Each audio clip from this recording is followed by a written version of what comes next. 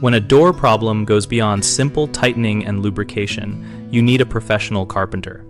A professional carpenter evaluates structural alignment first by checking the jamb, threshold, and reveal with simple tools like a level and a straight edge to determine whether the frame or the door leaf is the source of the issue.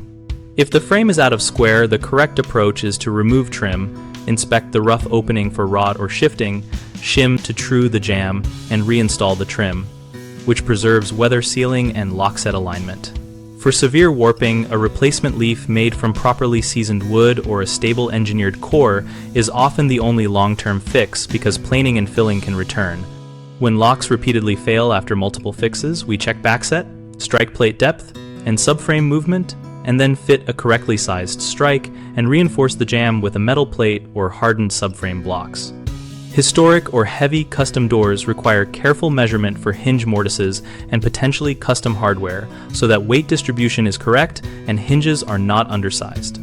Always document dimensions and take clear photos before ordering parts, and advise homeowners about temporary measures such as adding a weather strip or tightening hinge screws to reduce damage until the carpenter arrives.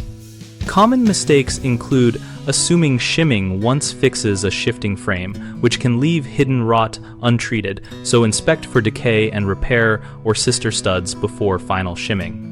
Another frequent issue is planing a badly warped door repeatedly, which thins the stiles and weakens joints. So instead, choose replacement with better material or a properly laminated repair. People also try to force-fit mismatched hardware, leading to stripped screws and failed locks, so measure backset and bore diameter, use longer tapered screws into framing, and fit a reinforcement plate when necessary.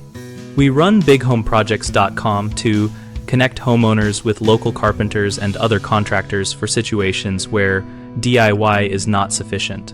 We also host a discussion community so users and professionals can exchange photos, experiences, and practical advice, while contractors find work through project posts and homeowner leads.